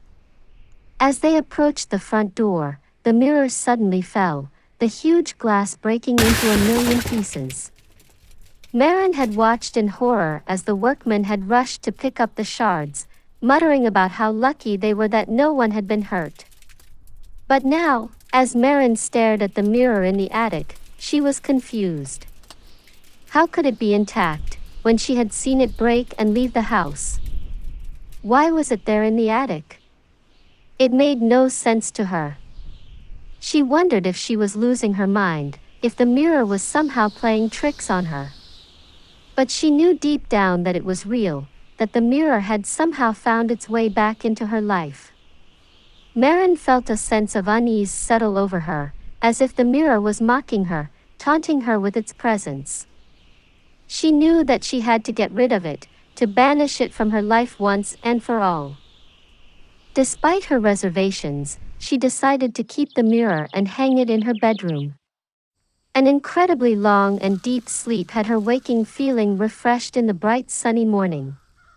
All the memories that had come rushing back the day before had already begun to recede back to the dark corners of her mind, and she'd all but decided she had been being overly emotional due to the loss of her beloved grandmother. Nonetheless, Marin found herself becoming more and more obsessed with the mirror. She would spend hours gazing at her reflection, studying every curve and line of her face. As time went on, Marin's obsession with the mirror began to take a toll on her. She became withdrawn and distant from her friends and family, spending all of her time alone in her room with the mirror. One night, as she was studying her reflection, she noticed something strange. The reflection in the mirror wasn't quite right. It was as if there was someone else in the room with her, standing just out of sight. She turned around, but there was no one there. The next night, she saw the figure again. This time, it was standing directly behind her in the reflection. She spun around again, but there was no one there. Marin began to feel like she was losing her grip on reality. She started seeing the figure in the mirror more and more frequently, and she became convinced that it was trying to communicate with her. She would spend hours staring at the mirror, waiting for it to reveal its secrets. One night, Marin woke up in a cold sweat. She had dreamt that the figure in the mirror had reached out and grabbed her, pulling her into the glass. She went to the mirror, heart pounding, and saw that the figure was no longer in the reflection. Marin was consumed with fear. She tried to stay away from the mirror, but she found herself drawn to it, unable to resist its pull. The figure in the mirror seemed to be growing stronger, and Marin could feel it taking control of her mind. Days turned into weeks, and Marin's family became increasingly concerned about her. She had stopped eating and sleeping, and she was constantly muttering to herself. They tried to talk to her, but she wouldn't listen. One night, Marin's family heard a blood-curdling scream coming from her room. When they opened the door, they found her lying on the floor, staring up at the mirror. Her eyes were empty, and she wasn't breathing. The mirror had claimed another victim. As Marin's family prepared to bury her, they noticed something strange about the mirror. It seemed to be glowing, as if it was alive. They tried to remove it from the wall, but it wouldn't budge. In the end, they left it there, hoping that no one else would be drawn in by its cursed reflection. From that day on, the mirror hung in Marin's old bedroom, a constant reminder of the darkness that lay just beyond the glass.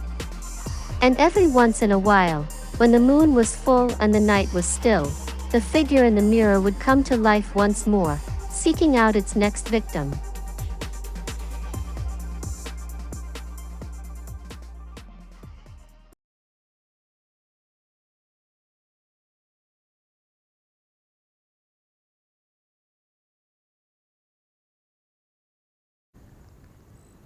Holyvale was a small, peaceful town nestled in the heart of the countryside. The town streets were lined with tall trees and charming houses with white picket fences, giving it a timeless and picturesque feel. Dr. Mike Andrews was a respected pediatrician in the town, and his wife Jill was a beloved member of the community. They had a 5-year-old daughter named Madison, who was the apple of their eyes. The family loved Holyvale and the simple, wholesome life it offered. Every spring, the town was blessed with a sudden explosion in the bunny population. The fields and gardens were filled with these furry creatures, hopping around and nibbling on the fresh greenery. As Easter approached, the town held its annual Easter egg hunt in the town square. The square was beautifully decorated with colorful ribbons and balloons, and there was a festive atmosphere in the air.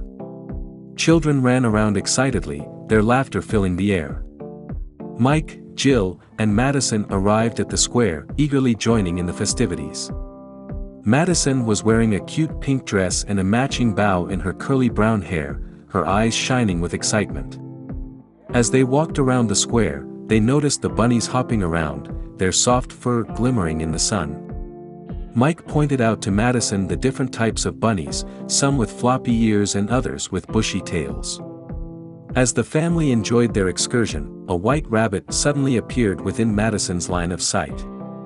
She gasped with delight and pointed at the fluffy creature hopping in the nearby bushes. Mike and Jill smiled, happy to see their daughter so excited about the bunnies. Little did they know that the seemingly innocent creature would be the cause of a nightmare that would soon descend upon Holyvale.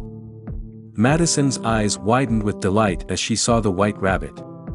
She pointed at the fluffy creature, her little fingers trembling with excitement. Mike was hesitant to let her approach the bunny, knowing that wild animals could be unpredictable and potentially dangerous. Madison, sweetie, let's stay back a bit. Jill cautioned, placing a hand on her daughter's shoulder. We don't want to scare the bunny. But to their surprise, the white rabbit didn't hop away like the others. Instead, it sat still, watching Madison with a curious gaze. Mike felt a shiver run down his spine as he observed the rabbit's behavior. It seemed almost too intelligent, too aware. Mike, maybe we should go. Jill whispered, her voice laced with unease.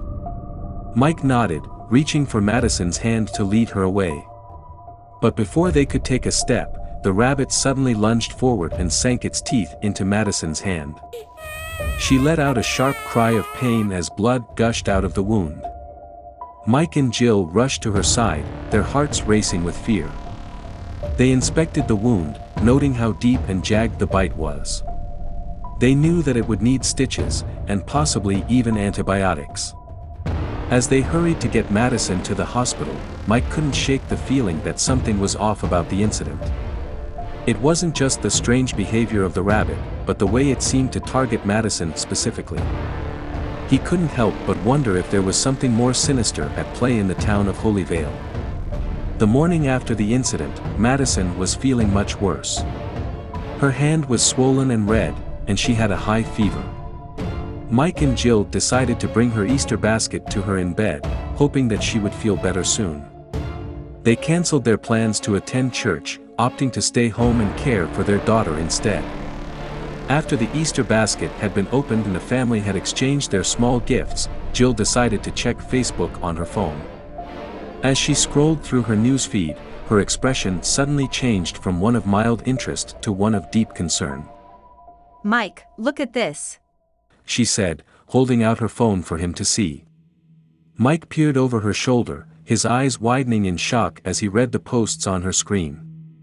Several other Holyvale residents had posted about being bitten by rabbits in the past 24 hours, and many of them had suffered severe injuries and illnesses as a result. What's going on here? Mike muttered, his mind racing with questions. Jill shook her head, her face pale with worry. I don't know, but we need to be careful. Something isn't right in this town. Mike knew that she was right. The strange behavior of the rabbits, coupled with the sudden surge in attacks, was deeply unsettling. He couldn't shake the feeling that there was something more sinister at play, something that was putting the entire town at risk. Over the course of the day, reports of rabbit attacks continued to flood in from all corners of Holyvale. Some people had been bitten while out for a morning walk, while others had been attacked in their own backyards. The severity of the bites varied, but all of them seemed to be causing strange and concerning symptoms. For the Andrews family, the situation was growing increasingly dire. Madison's fever had spiked to dangerous levels, and her hand had turned an angry shade of red. She was too weak to move, and her parents were beside themselves with worry. As the day wore on, more and more bunnies began to appear all over town. They seemed to be multiplying at an alarming rate, and there was no sign of them slowing down. People were staying inside, locking their doors and windows, but the rabbits seemed to be everywhere at once. They darted across lawns and streets, swarming in large groups that seemed almost coordinated. By the evening of Easter, the situation had grown into a full-blown crisis. The town was in a state of emergency, with paramedics and police officers rushing from one attack site to another.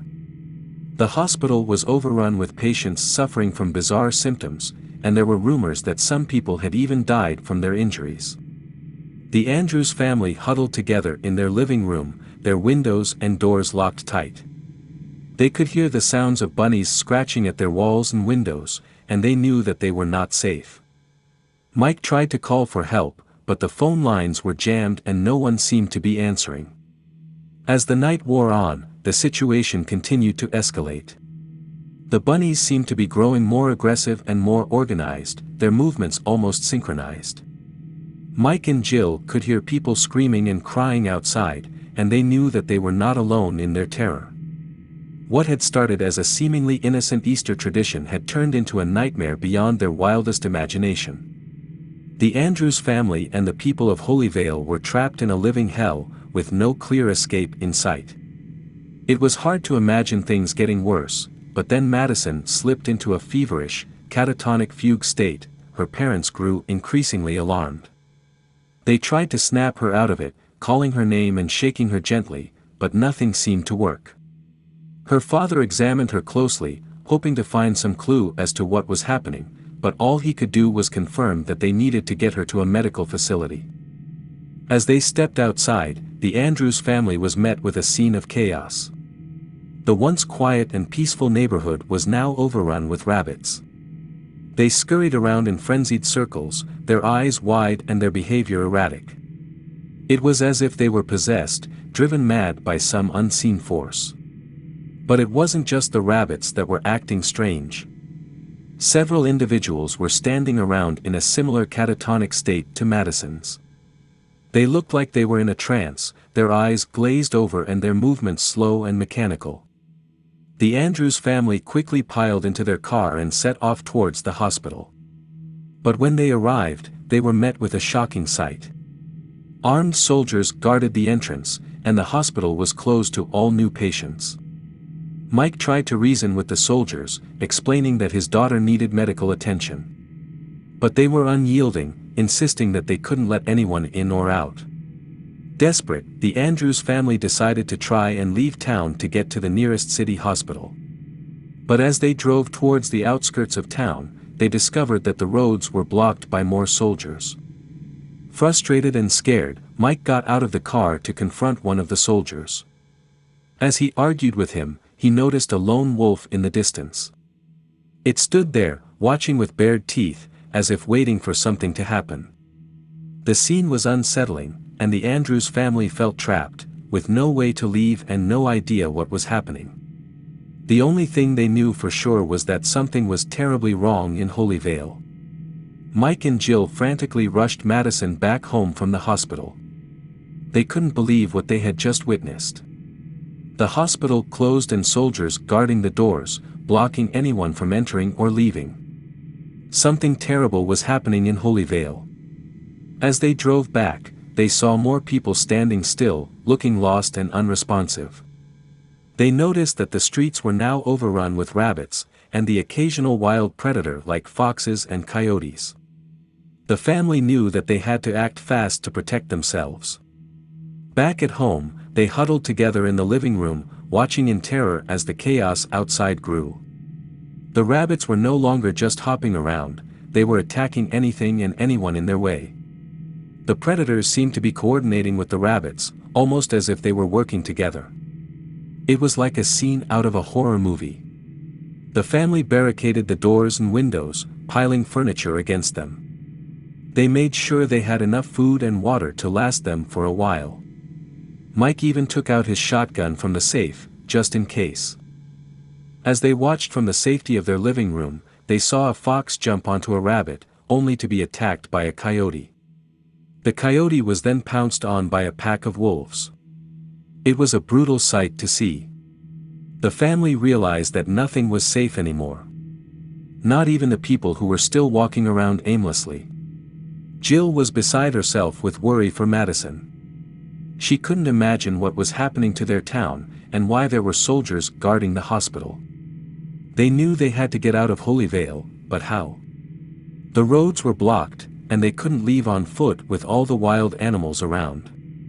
As the night wore on, the family stayed put in their fortification, listening to the sounds of chaos outside. The occasional screams and howls sent shivers down their spines. Mike kept watch through the window, scanning for any signs of danger. Mike quickly made his way to the laundry room to fortify the window when he suddenly spotted movement out of the corner of his eye. His heart racing, he turned to face the source of the movement and was met with the bared teeth of a large wolf. Frozen in fear, he watched as the wolf slowly advanced towards him, its eyes fixed on him with an unwavering intensity. Mike's mind raced as he tried to figure out how to defend himself, but he knew that he was no match for the powerful predator. With a sudden burst of speed, the wolf lunged towards him, and Mike braced himself for the attack. But just as he closed his eyes, he heard the sound of a gunshot ring out and the wolf fell to the ground, motionless. Mike looked up to see Jill standing in the doorway, holding a gun in her shaking hands. He rushed to his wife and swept her into his arms, filled with relief that they were both safe. For the moment, anyway. Then he turned his attention back to the wolf. It lay limp on the floor with its foggy blank eyes still open. As Mike looked into the wolf's eyes, a strange sensation washed over him. It was as if he was being transported back in time, to a conversation he had had with a colleague at the hospital a few weeks prior. They had mentioned something about a team of scientists from out of town coming to the facility on the outskirts of Holyvale to conduct top-secret testing. Mike had brushed it off at the time, thinking it was just some rumor or conspiracy theory, but now, in the midst of this chaos, it all seemed to click. The wolf before him, and the other predators prowling the town, weren't behaving naturally. It was as if they had been modified or manipulated in some way. Mike's mind raced with the possibilities. Was this a man-made disaster, caused by some sort of experimental gene editing or bioengineering? And if so, how had it gone so wrong? Mike stooped down to inspect the wolf closer. Unfortunately, the wolf was not dead as Mike and Jill had initially thought, and it was able to get a weak swipe toward Mike, opening a row of gnarly gashes in Mike's forearm. He reared back, falling onto his behind and scuttling away, and Jill shot the wolf once again. This time, there was no doubt the animal was down. They quickly exited the laundry room and shut the door, barricading the overturned kitchen table against it, just in case. Only after they'd returned to Madison and found her still catatonic and oblivious to the gunfire did they investigate Mike's scratches. They weren't horrible, but they were bad enough that he had to stitch himself up. He did the job with a nervous, shaky hand, all the while glancing at his wife and then his daughter, knowing that it would only be a matter of time before he lapsed into the same otherworldly state as she. Mike managed to reach his good friend, a police officer, and convinced him to come over. They took Madison with them and stealthily made their way to the police cruiser. As they drove towards the medical facility on the outskirts of town, they could see the carnage left behind by the rampaging animals. Once they arrived at the facility, they crashed through the gates and found themselves face to face with the scientists who were in a state of panic. The virus that was unleashed on the rabbits was accidental, and it had spread to other animals that preyed on them, making the situation even worse. The scientists had an antidote that they believed could cure the virus, and they quickly administered it to Madison and Mike. The family had a glimmer of hope as they waited for the antidote to take effect. As they sat in the facility, surrounded by the chaos outside, Mike couldn't help but remember a conversation he had with one of his colleagues from out of town.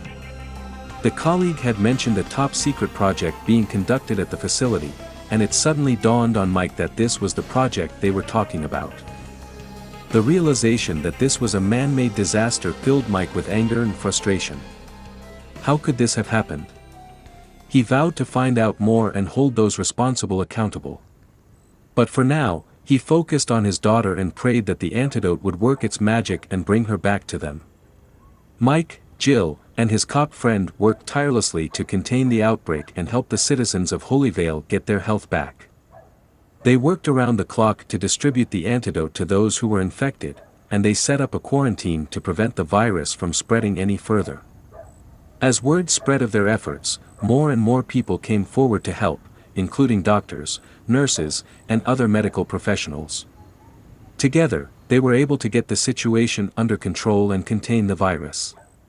In the end, Holyvale was declared safe, and the community breathed a collective sigh of relief. Mike, Jill, and his cop friend were hailed as heroes for their brave efforts in containing the outbreak. As time passed, life in Holyvale returned to normal, and people went back to their daily routines. The incident was left behind, and it seemed as if everything was well once again.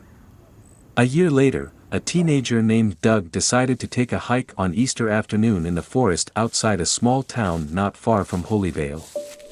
He wandered through a dense forest far from people or the noises of the world. Suddenly, he stumbled upon a white rabbit. Wow. Doug murmured. Amazing. He couldn't believe his luck, for white rabbits were a rare sight in these parts. Normally it would be brown wild hares one would see deep in the woods. But as he approached the creature, he noticed something strange about its behavior. Instead of hopping away, the rabbit seemed almost tame, and allowed Doug to approach it without any fear. He actually started shaking a little bit, wondering if this wild rabbit was actually going to let him touch it. When Doug reached out to touch the rabbit, his excitement turned to dread when the beautiful creature with the cute twitching nose sank its teeth deep into the meat of Doug's hand. He threw his head back and howled in pain.